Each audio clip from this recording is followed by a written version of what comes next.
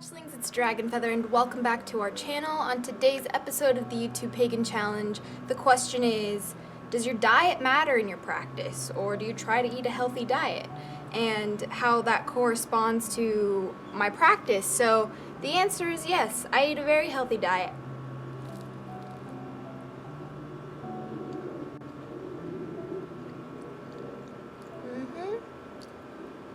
So I figured, because this topic is about food, I'd share my lunch with you guys. I am a vegan most of the time. Pretty much 9 times out of 10 I'm gonna be a vegan. I do occasionally eat fish, and on an even rarer occasion I'll eat eggs. Like I'll eat I'll eat eggs from like people's pet chickens, cage free, you know, where the chickens like aren't being, you know, like crammed and their beaks are getting cut off and their throats are getting slit and their chicks are getting thrown in grinders. I usually really don't, just because it kind of gives me a tummy ache sometimes. So my diet's very important to my practice. My diet is like the base to my practice, because like if you're eating an unhealthy diet, if you're eating a very toxic diet, or a very man-made diet, and by that I mean like you're eating a lot of, you know, cheeseburgers and fries, and you're eating a lot of just shit food that's not real, food that isn't good for you at all in the slightest. But when you're eating good foods, when you're eating the foods like this, you know, on the whole grain 7-grain bread, you know, with avocado and tomato, you're eating life. And so when you feed yourself with life, you feel more alive. And like the different colors of fruits, they're literally charging your chakras. Like, it's such a big deal, you guys. Trying to eat a fruit of like every single color chakra every day if you can, I think is a great idea. Just because it really helps align your body and it really helps to balance that out.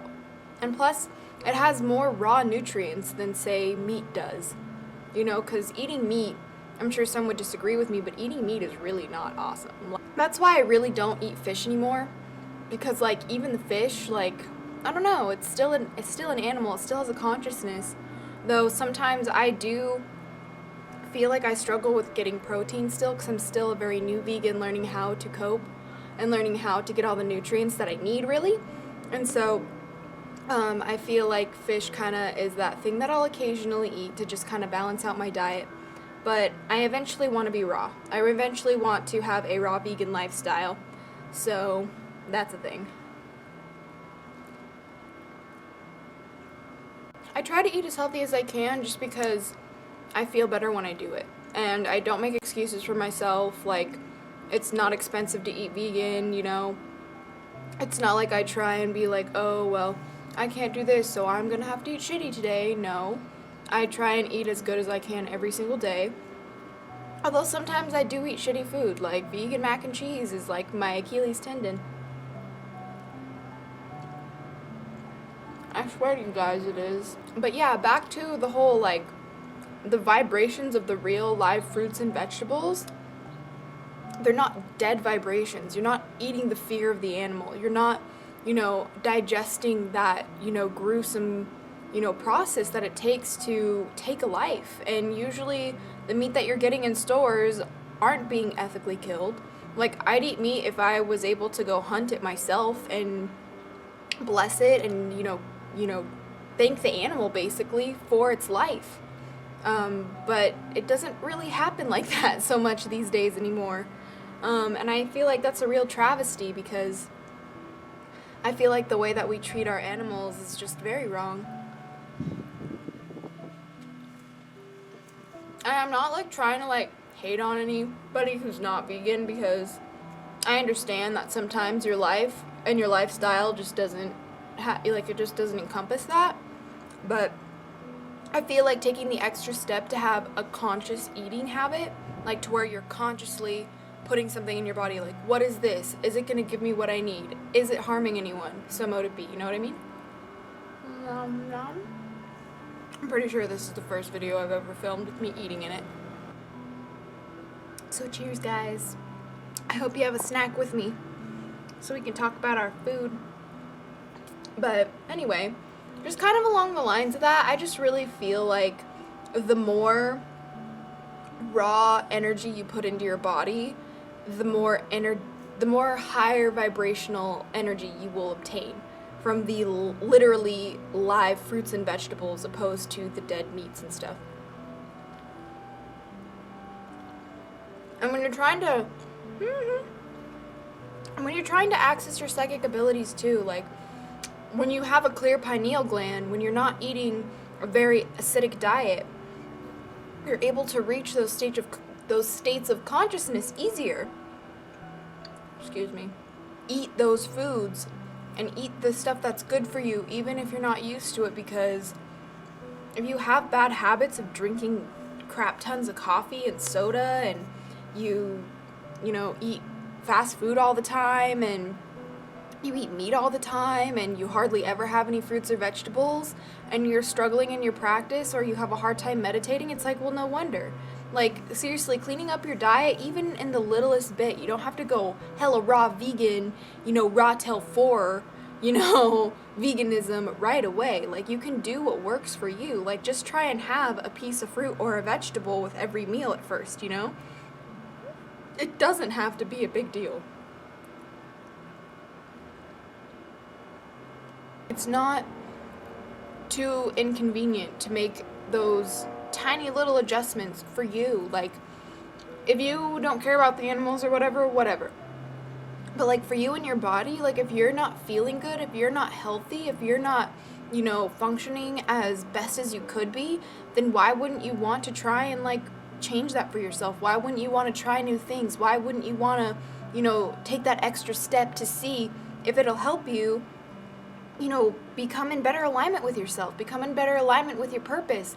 And when you're in alignment with your purpose and alignment with yourself, then your magic and your practice and your, all of your witchy stuff is going to be so much more powerful, and your ability to raise energy is going to be so much better because you are energetically in a better state. You're energetically already at a higher vibration. So it's just kind of cool.